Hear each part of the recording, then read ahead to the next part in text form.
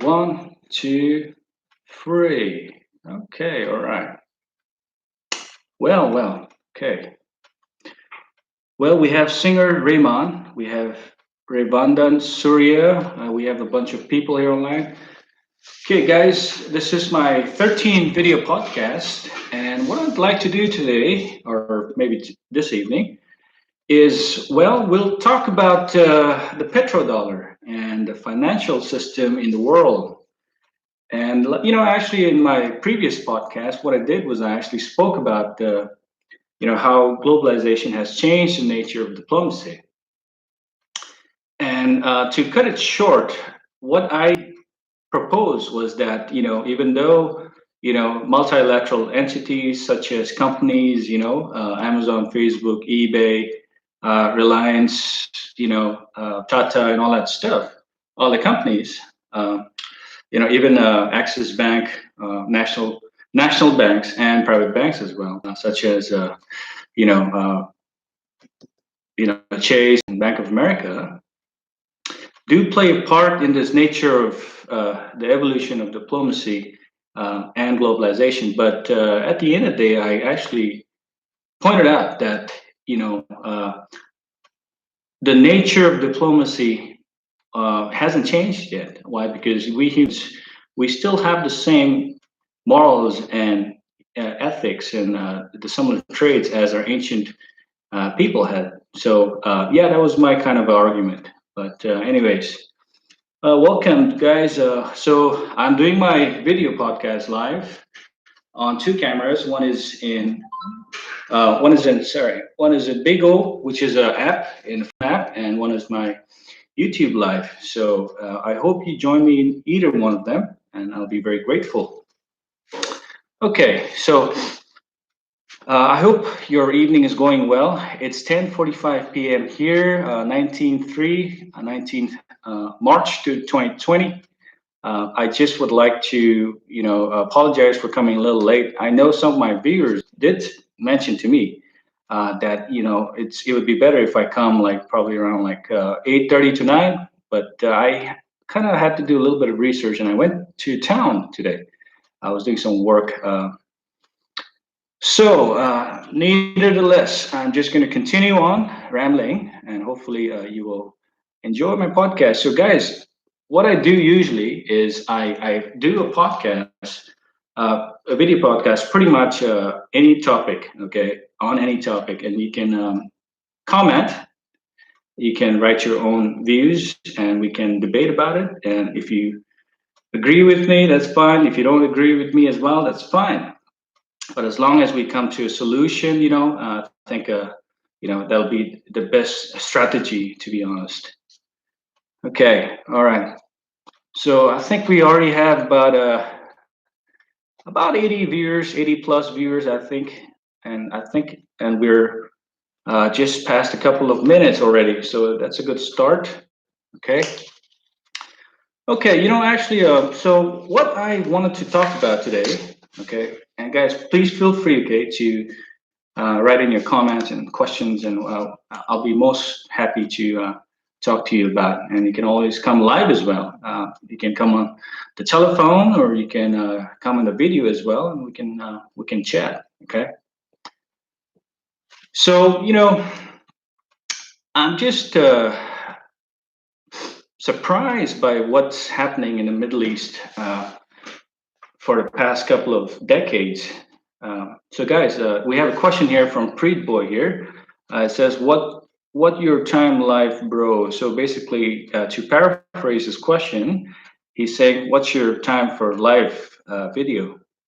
So usually I do like twice or thrice a week. See, I haven't set up a particular date, to be honest, or a day in a week. But what I do is I usually come around, say about 8:39 usually. But I'm a little late today. But despite being, the hectic day that I had, I tried to manage to come here tonight. So, anyways, thanks for your question. Okay. So, I was just thinking about the problems that's happening in Middle East, and also with the whole economy crash, in 2008, and also, the end of petrodollar per se, by the hegemonic power of the world, which is the United States. Also, the rise of China and the rise of the Japan, the Southeast Asia, India, and all that stuff. So we kind of are evolving as we speak here, and when we speak about globalization and the influence of economics and finance in the world, I think this is let's just put it this way. There's a reason why there's a trade war by the U.S. And China against China, or it could be vice versa as well, how you put it. But we are unfortunately in this dire situation here, and we need some solutions here. And what we will try to do is we'll try to just go back a little bit and how it started, how the petrodollar, and how the boom of checks. I won't talk too much about. I will not talk too much about housing, but it is part of the depression, and also the influence of the United States banks, which played a very big part. So, anyways, so I actually was reading an article not too long ago. I read a couple of articles, and I decided, what, maybe I should bring up one of the articles, comparing to the other rest that I've read, because I felt like it was a little, the author's argument was a little compelling for me, and I felt like definitely maybe I should pick this article. And I just want to point out, the article name is Iraq, Iran, and the End of Petrodollar, the Waning Influence of the USA in the Asian Century, okay, by Bluent Gokey. Okay, by the way, Dr. Bluent Gokey, he was my professor. So we have another question from Preet Boy. You know Hindi, bro? Yes, I know Hindi, but I'm not very fluent. However, I'd love to learn, and I'm planning to learn a little bit more as the days progress, during my time here in India. But anyways, I'm just going to skip that question here, because I think I've been speaking in English, so I'll just go right away. Okay. Okay. So Bluent Gokey, he was my professor in England, and he actually really inspired me to really understand the the complexities of the petrodollar, the complexities of the world economies, and how it evolves and how it has been evolving, right? And it's just part of what how the world has been evolving. So we have another question from Preet Boy. What language you speak there, bro? We usually speak English, although Hindi is also one of the common languages, and we have also the local dialect, which is called Nagamis. But we also have different. Every tribe has different languages. So yeah, it's a very complex society, I'd say. And I did talk a little bit about my. So guys, if you didn't know, I come from from a place in the northeast part of India, which is called Nagaland. It's part of the eight sister states, and yeah. I hope that answers your question. Okay. So the article again, I'm going to say, is Iraq, Iran, and the End of Petrodollar, the waning influence of the USA in the Asian century. Okay. And this article actually is written by my professor, Dr. Bluent Gokey, okay, who is a reader of international relations, politics, and philosophy. All right. So throughout history, empires and their civilization have come and gone, right? During the first part of the last century, the US quietly built its empire. We all know that, okay? Because why? Because North and Central America has been dominated by the US economy, and also in South America as well, okay?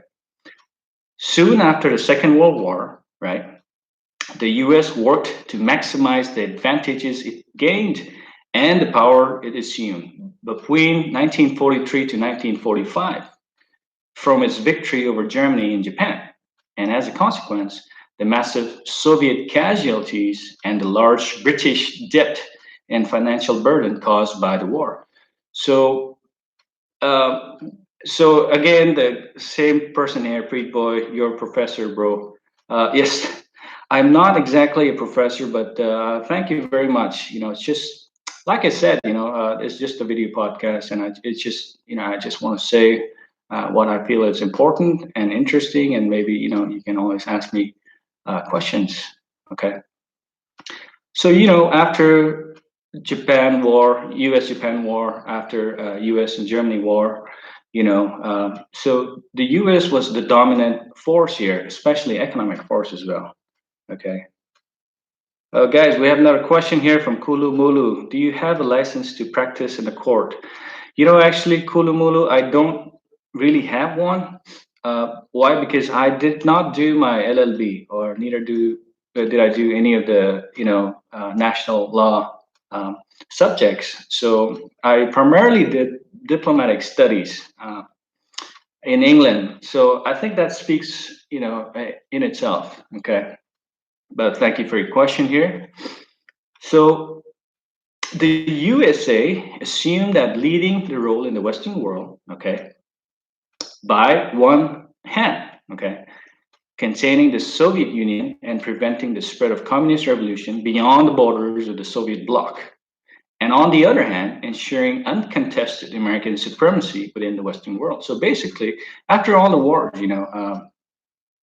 so we haven't gotten into much into the wars in Iraq and Iran as well. But what happened in World War II really took it off for U.S. and we'll see more on how there's there was an influence before, but then it slowly goes down, especially with the dollar decreasing its value.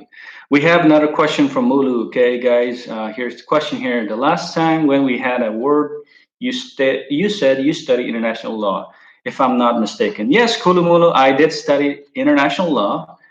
So if you do study diplomatic studies per se, most of the courses that we actually study, like modules, is on international law, like marine law, space law, land law, nation state, all that stuff. So also the Vienna Convention, the United Nations, World Health Organization, nonprofit, and all that stuff. Yeah. So we have another question here from Ati Jim, Kichiden Cheongjung. Okay. So guys, if you didn't know, what she said was she asked, what did you Kichiden Cheong? What kind of food did you eat? Okay. Yeah, my this okay. So basically, she's speaking in the Ao lexicon. Okay, and where Ao language is usually spoken by people from the Ao community. And yes, well, she basically asked, "What did I eat?" So I had um, I had chicken tonight. Well, thanks for the question. I hope that answer is sufficient for you. Okay. So during the Cold War years, right? We're talking like Russian, Russia and America, fighting their own battles. There was little or no challenge to the dominant position in the U.S. in the Western world, and we all know that. Okay. I did speak about Sputnik and the American satellite, the whole race for space dominance, and America won actually.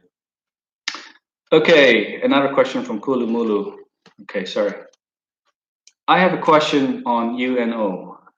Do you think India is eligible to become the permanent member of the United Nations? Well, that has been a debate for actually quite a long time, and India has been pushing this envelope for I don't know, for ages, since the five Ps, the genesis of five Ps. Okay, but I don't. I'm not very credible to say that. I think you might want to ask the question to people who are actually working in the United Nations per se, and I think they might have a better answer for that. Okay. Sorry, guys. We have a couple of questions here. Uh, okay. Say something about coronavirus. Actually, I'm staying home and I'm trying to, avoid, crowds. And also, if I do go, I use my, safety precautions. So yeah, I don't have much to say about it. Okay. All right. So should I continue? Okay. All right.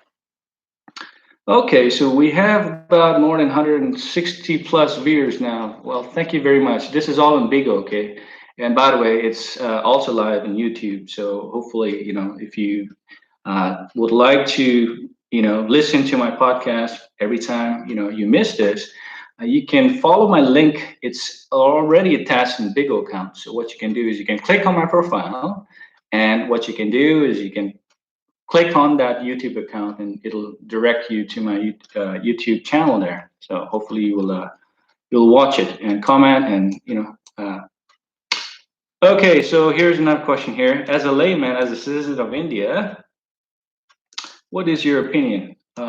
Opinion on the four P, sorry, five P's, basically, I think what he's mean. Well, what he's trying to say.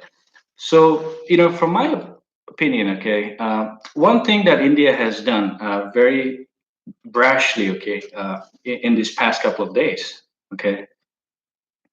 Yeah, so permanent member seats, usually it's, the five P's are Russia, United States, UK, China, and France. Okay, that's the five P's. Okay, and the other always there's 10. Okay, but usually the other five is always it's true consensus.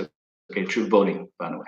So, anyways, the five P's are usually the five dominant countries during the 21st century who has been economically, militarily, powerful than the rest of the world, and diplomatically as well, and having a lot more allies and stake in the world. So India does have a lot to say about when it comes to the economics perspective, because I think India is almost in the top five now. But from my perspective, they did a breach, a very serious breach on what they did in Jammu and Kashmir, which is they broke pretty much the law, which is the international consensus was not happy about it. And so if you want to be a permanent member, you have to keep a very clean track record. And sometimes countries don't do that. That's why they're not part of the five P's, right? You really have to watch your ends per se. Okay, so I hope that is sufficient. Okay, for that question. All right. Okay. So, where was I? Okay. So yeah, I was talking about how the United States after the Cold War was the dominant power here, and that's how their dollar was so powerful that they kind of even they pegged the dollar to the petroleum as well. The petroleum, you would call it, in different accent. Okay, or you would say gas in America, right? We have another question here. How about Naga Peace Accord? Okay, Ati Gem. Well, Ati, I'm not very credible to talk about the Naga Peace Accord at the moment because I'm still doing my research. But I think there's more intelligent and more informed people than me who knows about that. So yeah, I will have to move on with that question. But I hope you find your answer. Okay. Okay. All right. Since 20 September 2002, okay, the U.S. government has abandoned its former multilateral approach to global affairs and adopted an imperial posture known as the so-called Bush doctrine. So, guys, if you didn't know the Bush doctrine, this is very interesting. Okay. Okay, we have another question here, guys. So tonight is kind of lively, which is good. Okay, Kulumulu, he knows only about international relations. Okay. Yeah, well, at least I can tell that I am, confident enough and credible enough to talk about international relations, per se. Yeah. Anyways, okay. Nice diplomat, sir. Thank you very much. The ID, there's no name for it. There's just an ID. What is this reason behind the death of Anil Kapoor? Well, I don't necessarily watch a lot of Bollywood movies. I never watch.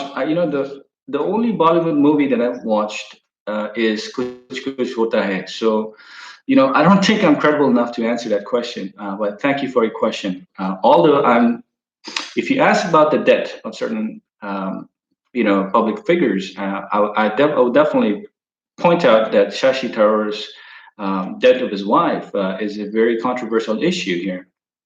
Yeah, and I don't see any reason why Shashi Tharoor would even actually, attempt to murder or even like poison his wife.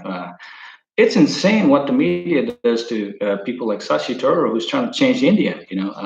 So I'm a very big advocate for Shashi Tharoor, and I don't know what happened with the news media trying to put him down. But anyways, so what do you think about precautionary measures taken by state government as of now?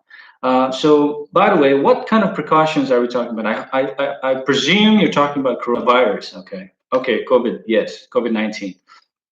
Oh, please, Shashi Tharoor got a clean chit from the Supreme Court. Awesome. Okay. Well, that's good to know. I was kind of worried about him, to be honest. Okay. So, okay, everybody's asking me about coronavirus, COVID-19. Well, actually, why I'm talking about the whole economic system in this world and the rise of Asia and also the decline of the petrodollar and the dollar, it's all related to what I'm saying. I won't necessarily spill the beans here, but I hope you get the point here. Okay, why I'm saying this, because it is a trade war, and it is, there's some precautions that I need to be a little careful about here. But nevertheless, I would say coronavirus is definitely, a global epidemic, and we have to be careful. I always tell my employees here that it's better to be careful than it's better to prevention is better than cure. That's what I'm saying, right? So it's better to be away from all this kind of stuff. Even though in Northeast India, I would say it's, the problem with Northeast India or even in my state actually is that, the fact that our people are kind of a little slow on, finding this kind of solution where people are aware and where doctors, medicines are available. So it's a little slow here. I hope, the government takes measures, the administration as well, to speedy up the process of bringing like solid medical supplies. I couldn't find any of those, the mask, I couldn't find any today because it tells me that there, my state, Nagaland, is not well equipped, so yeah. Anyways, the measures taken by government is good enough, or do we need to step up? I think we need to step up, despite being the fact that we don't have any coronavirus victims in our state, but we just have to be careful, we have a lot of, immigrants and travelers and businessmen, people from all walks of life from India and many parts of the world, and you never know, right? So yeah, I think the government has to do more. Okay, especially the government has to work with the the health industry, the healthcare, and speed up the process. Okay. Okay, I guess I'm gonna move on here. All right. Okay, it's kind of lively today, but yeah, it's good to talk to you guys. So, like I said, the Bush doctrine. Okay, what it means is it's a new agenda which is based mostly, okay, primarily, okay, I would say primarily on the military and the imperial values with some theocratic overtones. Okay, so guys, I found out the definition of what is theocratic. Okay, so the definition of theocratic, okay, it means referring to a system of government in which priests rule in the name of God or a god. So that was the Bush doctrine. The Bush doctrine had a couple of ingredients. Okay, number one was military. Number two was the imperial values. Okay, like a imperial country, right? The third is theocratic. Okay, like I said, a country that believes that the priest has to rule, or the priest is part of the government, right? And God is in favor or something like that. So that was the Bush doctrine. So what happened after that? The agenda looks much like what some people see in the U.S. foreign policy at the end of the 19th century and the beginning of the 20th century. So this happened in the 20th century, pretty much, when U.S. was very active on dominating all the world, pretty much in South America, in the North America, the Caribbean, and so on and so forth. So the Bush doctrine definitely went, their tentacles went full out. Okay. 6 months after the Bush doctrine was announced, right, the new American doctrine was applied as a justification, okay, for an unprovoked war against where? Iraq, right? So Iraq war started on the 28th of March, so 20 March 2003 to 18 December 2011. Okay, that was when the Americans fought against Iraq. So by the way, this Bush doctrine, like I said, it had a couple of ingredients. It had also another ingredient, okay? And what is that ingredient? It's called the neoconservative administration, okay? The neoconservative theory or the practice of neoconservatism, okay? And by the way, Bush was pretty much a Republican. So you can tell, he was very conservative. Same thing with Donald Trump, okay? This is exactly what's happening here. The conservative administration came to power when there was a lot of liberals and the leftists, which was kind of like making America almost like a too peaceful country and too inviting, and people didn't like it. They thought maybe the other countries were kind of taking advantage of the very left opinions and policies. But don't get me wrong. I love Bill Clinton. You know why? I don't like the fact that okay, fine, he had a fair, and yeah, he was honest at least. But he studied in Oxford University. I remember reading up his book. And what happened was there was during the wartime he was called for recruitment to fight the war, right? As a personnel, military or whatnot. Okay. But he said, I'm not going to fight the war because I'm for peace. And he literally left Oxford University because they were forcing him to come. And yeah, so he was all for peace. So I'm up for peace. Okay, guys. So we have a couple of questions here. Okay, again, questions or some comments here. What is the difference? Okay, hold on. Let me just go up a little bit. What is the difference? So this is by Midas. Okay, what is the difference between Article 356 and 365 Constitution? Okay, well, to be honest, I don't know, but I will do my research and I will look into it further and maybe I can comment on it. Okay. So I'm still learning with the whole Indian Constitution, but yes, I have the books. It's just give me some time. I lived pretty much most of my life abroad, so yeah. Okay, what do you think, Kulumulu again here? What do you think will be the next president? Who do you think will be the next president of America?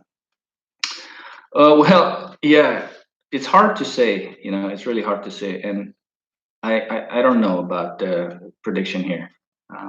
But hey, that's a very good question. And I think we as researchers, we as critical-minded people, intelligent people like you and me, and well, I'm okay. I think you're more intelligent, but we need to do our research. We need to find a common ground, and we actually need to, see from all spectrum, not just from our domestic, but also from the international world, what's happening. And it's very important. what happens out there actually affects us very, very, personally. We have another question from Gaga here. Who is the owner of Big O? Well, that's a very good question. Actually, I did my research on it, on Big O, before I actually did this whole podcast, and I think it's a multi organization, multi uh, corporation where I think there's a lot of players here from different countries, but and I know China is a very big part of it as well. Um, I don't know if India has a very big share on it, but I would assume they do have some share because Bigo is very popular in India as well. So obviously, the Asian players are very prevalent in running the show. Okay,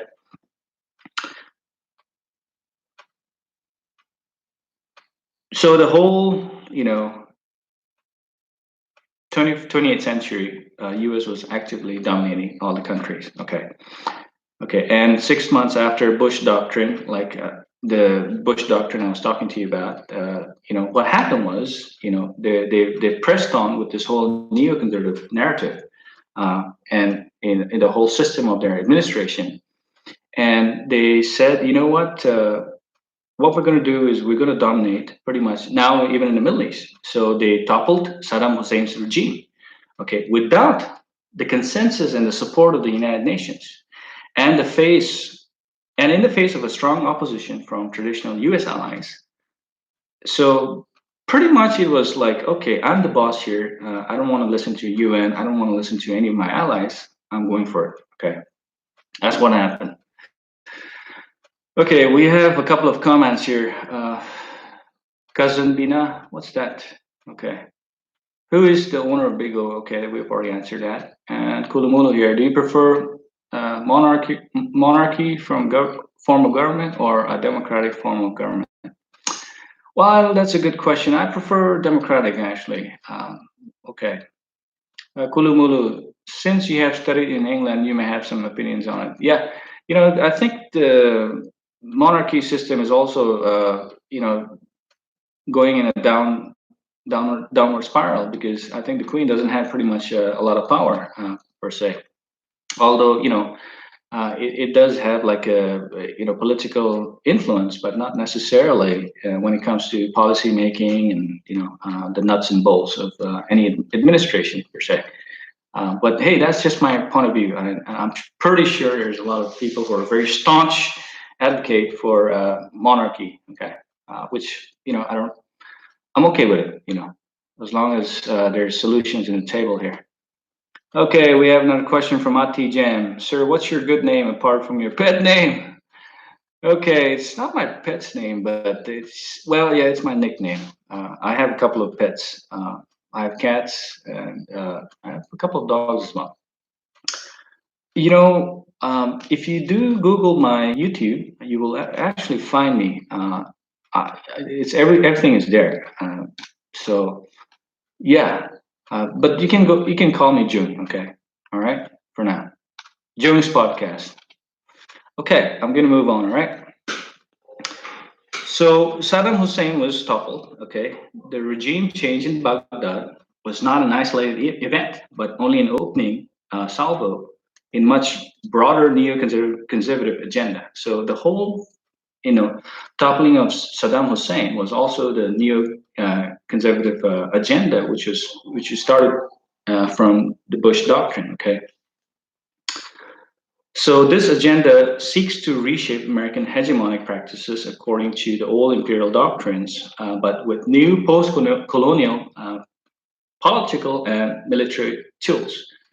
This was described much clearly by Irving Kristol. Okay, so Irving Kristol is he's an author. Okay, who is considered to be the founder of the U.S. neoconservatism. If you're interested in the genesis and the narrative of how the neoconservative kind of came about, I think you would definitely want to look up Irving Kristol. Okay, Irving Kristol. I hope I said it right.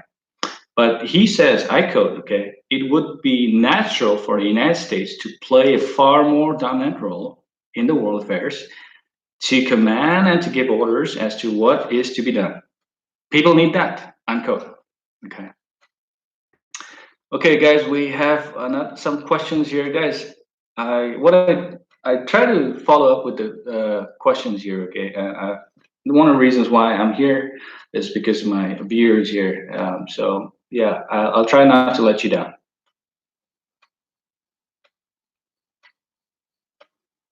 Okay, Ati Jam again, sir. Don't mind me wrong. Literally, your answers and our questions are baseless. Okay, Shish, please do say that. Okay. Yeah, I try to answer to the best of my ability. So I hope, if you think it's baseless, then, well, maybe it's for you. But yeah, I will do the best, to answer your questions. Okay. Okay. So the regime change in Baghdad was not an isolated event. Okay. So basically, it was all an assertion of American power. Okay. All right. This was described both by Irving Kristol. Okay, I've already spoken to that person. So, anyways, since 2005, okay, there's a looming crisis brewing over Iran. Okay, so we have already spoken about the war in Iraq. Okay, and coming about in the war in Iran as well.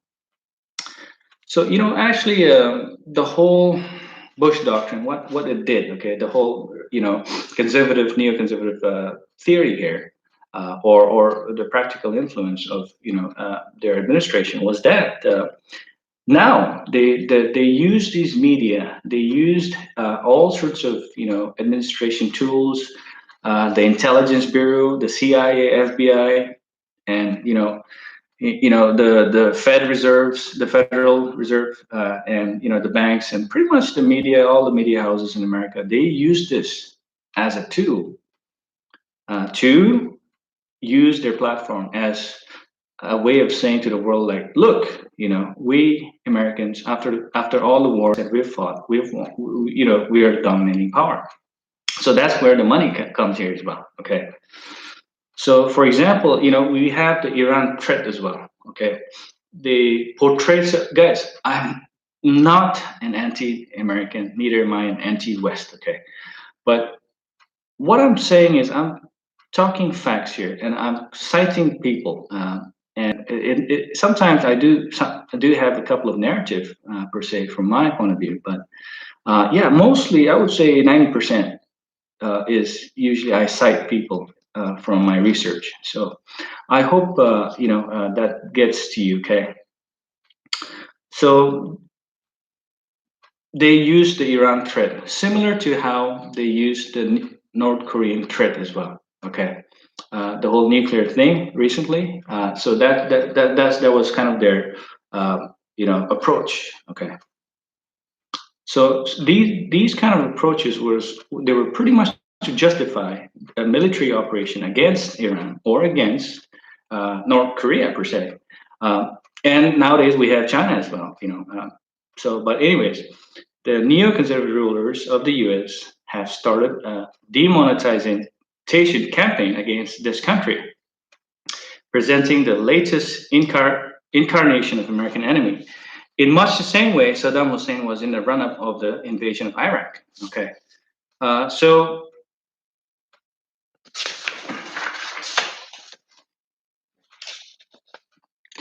what do we have here? We have a country, we have a nation state, which is the dominant power, United States. Pretty much they're saying, okay, there are certain countries in the world who needs fixing up a little bit, and the fixing up needs to be done because they don't go by our agenda, they don't go by our policies, and they don't like us, or it's not fitting for the engagement of the U.S. Doctrine per se. And what happened was, they used this kind of narrative, like the other, right, or the dangerous people, or you know Iran as the evil, the evil person, or the axis, the evil axis powers, right? So they use these kind of terms to kind of maneuver what they wanted to do, pretty much to dominate. Okay, and gain monetary prowess per se. Here's a very interesting research that was done, okay, by Paul Rogers. Okay, Paul Rogers was he was an Oxford research person here. So a recent report by the Oxford. Okay, so this article was in 2006, by the way. So it's not that recent. I think it's about 14 years or something like that. But believe that he reported actually that any bombing of Iran by US forces or by their Israeli allies would result in the unnecessary death of many innocent lives. A US military attack on Iranian nuclear infrastructure would be the start of a protracted military confrontation that would probably involve Iraq, Israel, and Lebanon, as well as the United States and Iran, with the possibility of Western Gulf states being involved as well. Okay, so protracted military war. You know what protracted military war, by the way? It means it's a Maoist kind of a war where you go into a warfare. Okay, you go into the battlefield. Okay, uh, and you let the enemy come to your field, and what you do is you suck up the